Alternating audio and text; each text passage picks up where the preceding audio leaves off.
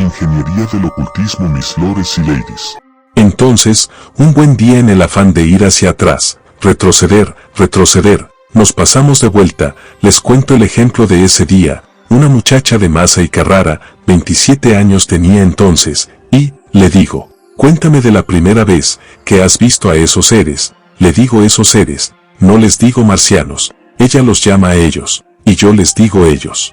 Empieza la escena, y ella dice, estoy acostada en una mesa, ¿hay quién está contigo? Están los pequeños, hay alguien más, y además están también los indígenas, ¿y qué hacen los indígenas ahí adentro? ¿Cómo haces para saber que son indígenas? ¿Cómo? ¿No lo ves? Están vestidos como indígenas, porque el sujeto cree que yo veo lo mismo que ella. En un momento le pregunto, ¿cuántos años tienes? 5 años y medio. Y ahí comencé a pensar que algo andaba mal. Le había dicho de ir mucho más atrás de los 5 años, porque quería hacer lo que llamamos hipnosis prenatal, cuando está en el vientre de la madre, y se está ahí con los alienígenas afuera que lo están programando, cuando le meten un cable en el ojo, para implantarle la memoria, y toda la historia que les dije antes, y llego hasta los 5 años y medio. Pero bueno, seguimos con la hipnosis.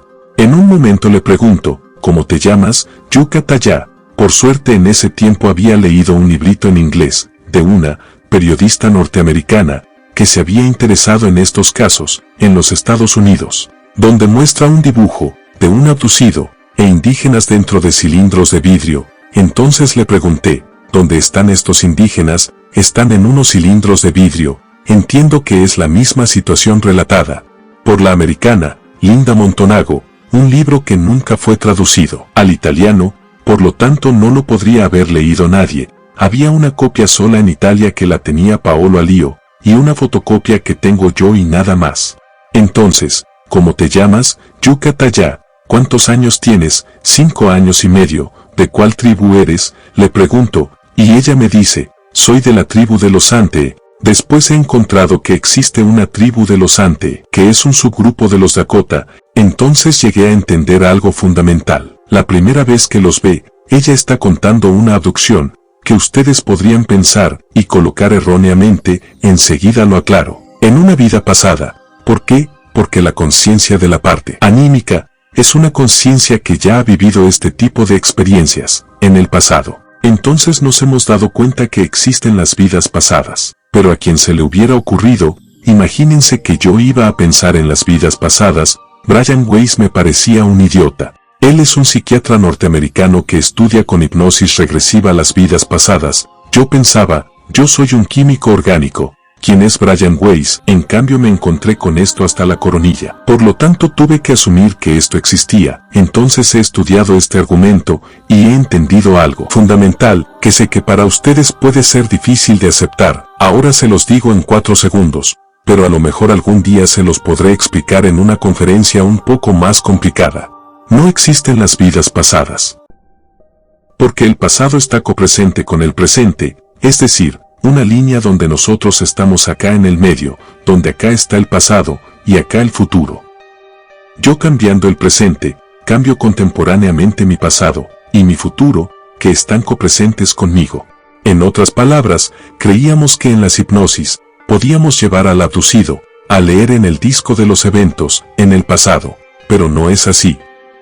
Tomamos la conciencia y la transportamos en ese hipotético eje del tiempo que no existe, y no le hacemos leer el pasado, sino que se lo estamos haciendo vivir ahí donde está, en ese momento, y la prueba de esto está en el hecho que nosotros podemos modificar los eventos del pasado, que son modificados en el presente. Lo que hace Brian Weiss, no sé si han leído sus libros, pero él lo hace de un modo que no lo ha entendido bien. ¿Qué hace Brian Weiss si una persona tiene problemas de naturaleza psicológica? Él le dice, ahora te hago hacer una regresión, en el pasado encontrarás una vida pasada tuya, donde este problema no lo habías podido resolver, y te lo hago resolver yo en el pasado. Y funciona porque el sujeto sana, llevando su vida pasada, donde tenía ese problema, que le provocaba una enfermedad en la vida presente. No. Él no ha ido al pasado, él ha curado aquello que es el pasado copresente con el presente. Y como la parte anímica de mi contenedor, que está presente en el pasado y en el futuro de todos los contenedores, en donde es mi misma ánima, sana en cualquier momento, donde la vayas a sanar, en otras palabras. ¿Qué creíamos que estábamos haciendo? Tomar un sujeto, ponerlo bajo hipnosis, hablar con la parte anímica, curar al sujeto, y decirle, ánima, saca del medio a los alienígenas, así en la próxima vida no te agarrarán más. En cambio no es así, porque si yo libero al sujeto del alienígena, en esta existencia, lo he liberado contemporáneamente en todo el plano espacio-temporal, de todos sus contenedores han hecho la misma experiencia inmediatamente, libero a uno, libero a todos. Porque la parte conciencial es la misma, y una vez que la conciencia ha hecho la experiencia, toda la conciencia ha hecho la experiencia, así se logra matar dos pájaros de un tiro. Este es el asunto, esto es lo que estamos haciendo, en realidad, no le sacas solo a un abducido, sino que sacas todas las ánimas de todos sus contenedores, toda el ánima de sus contenedores. Les recuerdo que la parte anímica es una sola. Se dice que no tiene nombre porque el nombre se les da a las cosas cuando son dos, Juan y Giuseppe, pero si está solamente Juan, no hay necesidad de llamarlo Juan, él es y basta, la parte anímica es una sola. Una de todos, en todos una, piensen. Y el alienígena no la tiene, esta cosa el alienígena no la tiene, por lo tanto quiere la tuya, quiere tomar esta energía que viene de acá, porque quiere vivir mucho, y lo puede hacer solamente si la parte anímica nuestra está unida a él. Esto nos servía para entender un montón de cosas, es decir, habíamos convulsionado completamente la idea de cómo está hecho el ser humano, Dios somos nosotros, de todos modos una parte de nosotros. No habíamos entendido nada. Está la parte masculina y la parte femenina, que son el lóbulo izquierdo y el lóbulo derecho, o sea el lóbulo izquierdo que es la computadora que ve la virtualidad, el lóbulo izquierdo es el que ve el espacio, tiempo y la energía, es postdominantemente, y el lóbulo derecho que ve la conciencia predominantemente, por lo tanto cuando en la escuela nos enseñan que 2 más 2 es 4, y basta, está bien. Lo que está errado es el y basta, porque así no te permite ver la otra parte del universo. Nosotros desde el 1300 en adelante nos han castrado, la diferencia es fundamental, desde un punto de vista histórico, es que nosotros, solo creía porque me lo han enseñado, y se lo han enseñado a todos. Creíamos que la diferencia fundamental, fuera entre Aristóteles y Galileo, Aristóteles la iglesia, Galileo la ciencia, pero era una pavada, la realidad no es esta. La diferencia fundamental no está entre Aristóteles y Galileo, sino entre Platón y Aristóteles. Aunque yo no tenga una gran cultura humanística, uno sabe bastante bien quién era Platón. Platón era el que decía, existe el ánima, por lo tanto no se puede curar el cuerpo si no se cura el ánima. Galileo o Aristóteles decían, que me interesan, si total es inútil, es decir, Galileo pensaba, ¿se ve el ánima? No, ¿se la puede medir? No, entonces ¿a quién le importa? Aristóteles y Galileo se dividieron el poder. ¿Qué es el poder? Por un lado el de la iglesia, y por el otro el de la ciencia. Pero que es falsa esta dicotomía, porque tanto la religión como la ciencia, son en realidad, derivan una única cepa, que es la magia. El mago era una vez científico, como aquel que hablaba con los dioses. El mago era, por decirlo de algún modo, demasiado potente, y fue entonces que tuvo que surgir una dicotomía, dividir el poder en dos, y así nació la religión. ¿Y saben cómo se ve bien que la ciencia es una religión? Porque la religión cree los misterios de la iglesia, y la ciencia cree en los algoritmos matemáticos. Esto me parece algo extremadamente limitado, porque las manzanas deben caer a tierra, la manzana cae a tierra porque existe la fuerza de gravedad. Las manzanas caen a tierra porque existe una fórmula matemática, a las manzanas no les importa la fórmula matemática, hacen lo que se les parece. Es por eso que digo Galileo, cuando se habla de ciencia. Hay que saber cuáles son los límites del modelo científico, si no la ciencia de Galileo no la conoces, tienes que saber que solo se llega hasta ahí. El truco es este, Hans tiene razón, Paxini tiene razón, al decir que la ciencia es exacta, es cierto, pero solamente con respecto al espacio, al tiempo y a la energía. Porque la conciencia es otra cosa, la conciencia no se puede medir. Cuando la física tiene que ver estos parámetros sutiles que se les escapa, es ahí cuando el físico habla de parámetros escondidos.